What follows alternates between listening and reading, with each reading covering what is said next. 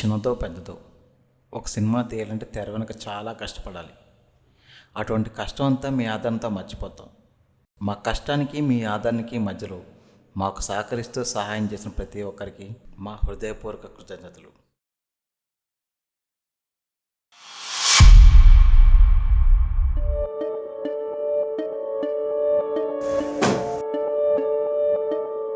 చూసారా, ప్లానింగ్ అంటే ఇది.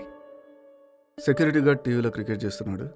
సరిగ్గా ధోని 6 కొట్టే టైంకి మనం అలా వెళ్ళాం, ఇలా ఎత్తుకొచ్చేసాం. టైమింగ్ ఈజ్ ఎవ్రీథింగ్ రా. టైమింగ్ కాదన్నా, నేను సెక్యూరిటీ కెమెరాని బగ్ పెట్టి హ్యాక్ చేశా కాబట్టి. అయినా మనం ఇంత కష్టపడి దొంగలించింది ఈ చిన్న బాక్స్నా? నాకొక విషయం అర్థం కావట్లేదు. మీరింత పెద్ద ప్లాన్ వేసి 2 floors బిల్డింగ్ ఎక్కి 4 కీస్ బ్రేక్ చేసి అక్కడున్న విలువైన సామాన్లు డబ్బులు తీసుకోకుండా చీప్గా ఈ పాన్ డబ్బా తీసుకొచ్చారు. రే మట్టి బుర్రల్లారా, ఇదేరా అసలైన వస్తువు.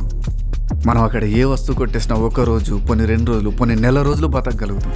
కానీ అక్కడ విలువైన వస్తువు ఏదో మనకు తెలియాలన్నా, దాన్ని కొట్టేయాలన్నా దీని అవసరం మనకుంది. ఓ, ఎందుకంటే దీంట్లో ఆ ఇంటి యజమాని డైరీ ఉంది. డైరీనా? ఆ యజమాని జాతకం ఉంది. అవునన్నా, అసలు ఈ డైరీతో మనకేం లాభం? అయినా ఈ డైరీలో ఏముందో తెలుసుకోవడానికి ఇంకో డైరీ డీకోడింగ్ క్లాస్కి వెళ్ళాలా? అవసరం లేరా, ఇది మామూలు డైరీ కాదు. లోకంలో గొప్పగా కనిపించే వాళ్ళ చీకటి రహస్యాలన్నీ ఇలాంటి డైరీల్లోనే ఉంటాయి. అయినా దొంగతనం అంటే కంటికి కనిపించిందని పట్టుకొని రావడం కాదురా.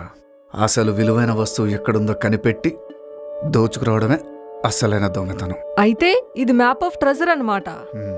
ఈ రోజు దొంగలించిన వస్తువు రేపటి దొంగతనానికి దారి చూపిస్తుందన్నమాట. ఆగు లక్ష్మి, ఆ డైరీని ముట్టుకోకు, ఎందుకు? మళ్ళీ ఫింగర్ ప్రింట్స్ పడతాయి. ఓ,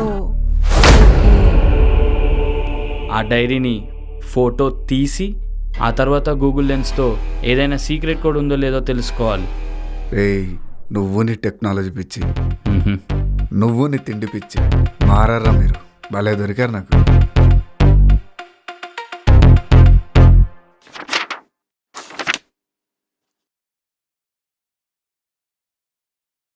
నేను ఈరోజు నా పెళ్ళాం బర్త్డే మర్చిపోయాను. పెద్ద తప్పే ఇది. డ్రైవర్కి ఇవ్వాల్సిన 25,000 పరుపు కింద దాచిపెట్టాను. పరుపు కింద డబ్బులున్నాయన్నమాట. రేపెళ్ళి దొంగతనం చేద్దాం.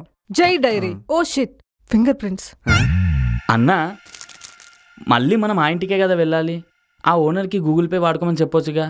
నువ్వేమన్నా ఆడికి అప్పిచ్చావారా? అంటే ఈ డైరీ కష్టాలు ఎందుకని. నువ్వు కాల్ చేయగానే వాడు గూగుల్ పే చేస్తాడు మరి నీకు. అయినా ఈ డైరీ దొంగిలించింది వాడు బెడ్ కింద దాచిపెట్టిన 25,000 గురించి కాదు. మరింక దేనికన్నా? ఆల్రెడీ చెప్పానుగా, ఇలాంటి గొప్పోళ్ళంతా బయట ప్రపంచానికి కనిపించని నిజాల్ని ఇలాంటి డైరీల్లో రాస్తారని. అవి నిజాలు మాత్రమే కాదు, వాళ్ళ రహస్యాలు కూడా. ఆ రహస్యాలే మన సంపద. నాకు తెలుసు అన్నా, నా హ్యాకింగ్ కన్నా నీ హ్యాండ్లింగ్ గొప్పదని.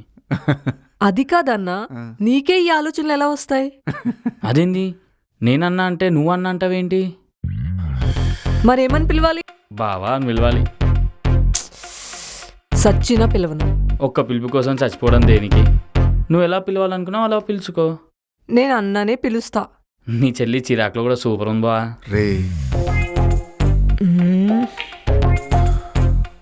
లక్ష్మి, అసలు నువ్వు దొంగగా ఎందుకు మారాల్సి వచ్చింది? నేను కష్టపడి బతుకుదాం అనుకుంటే ఈ సొసైటీ నా బతుకుని దోచుకుందాం అనుకుంటుంది. అందుకే దొంగలా మారా. అన్నా, ఆ సంగతి వదిలే అన్నా. అసలు ఈ బుక్ నుండి డబ్బులు ఎలా వస్తాయి? అది తెలియాలంటే ముందే చదవాలి. హా, చూడు చూడు. ఈ పాత రహస్యాలను పక్కన పెట్టి ఏమైనా కొత్త రహస్యాలు ఉన్నాయో చూడండి బా.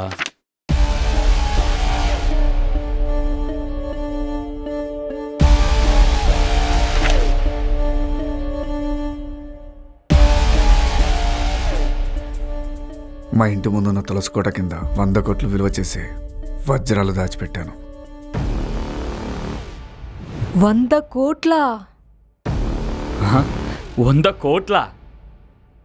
అవి అక్రమ సంపాదన అవ్వడం వల్ల ఎవరికీ చెప్పుకోలేను.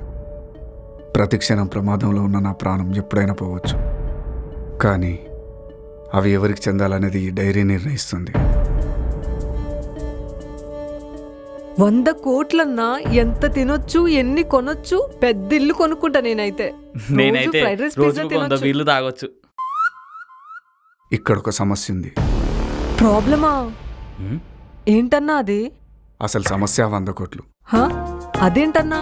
100 కోట్లు వస్తున్నాయంటే దీని అమ్మ ఏ సమస్య వచ్చినా ఏం కాదు బా. హా? హే చూసావా, నేను బావ అని పిలిస్తే నువ్వు అన్న అని పిలుస్తున్నావు. బా హా. ఇక నుంచి నేను కూడా బావని పిలుస్తా. అయితే నాకు అన్న అవుతాడు. ఒరే ఎదవా, నువ్వేటి ఇట్లా తయారయ్యో? ఇంత సీరియస్ మ్యాటర్లో ఇలా జోకులేస్తున్నావు? నువ్వు ఆగు లక్ష్మి, వాడిని ఏమన్నంటే మళ్ళీ బాగుంటాడు. ఎందుకురా చిట్టి మనుషులను అలా విసిగిస్తావు? విసిగించినప్పుడే నిజం బయటకు వస్తుంది. ఏం నిజం బయటపడేది నీకు? దానికి నేనంటే ఇష్టం లేదని. ఆహా, అలా కాదు చిట్టి. రేపిచ్చాడా, విసుగు తెప్పిస్తే అమ్మ కూడా బిడ్డ మీద అరుస్తుందిరా. బంధం బలపడాలంటే బలవంత పెట్టకూడదురా. నిజమే అన్న, నా మెషిన్ బుర్రకి కొంచెం ఆలస్యంగా అర్థమైంది. హ్మ్. అన్నా, అదంతా కాదన్నా. అసలు సమస్య ఏంది? ఆ 100 కోట్ల పెద్ద సమస్య. ఆ 100 కోట్లు అక్కడ ఉన్నాయని అతనికి, ఈ డైరీకి మాత్రమే తెలుసు. ఇప్పుడు ఈ డైరీ అక్కడ కనిపించలేదంటే ఆ వజ్రాలుండే చోటు మారుతుంది. ఈ లోపు మనమే ఆ వజ్రాలు తీసుకుంటే? వాడు చచ్చేలోపు ముందు మనల్ని చంపేస్తాడు. అయితే ఇప్పుడు ఏం చేద్దాం?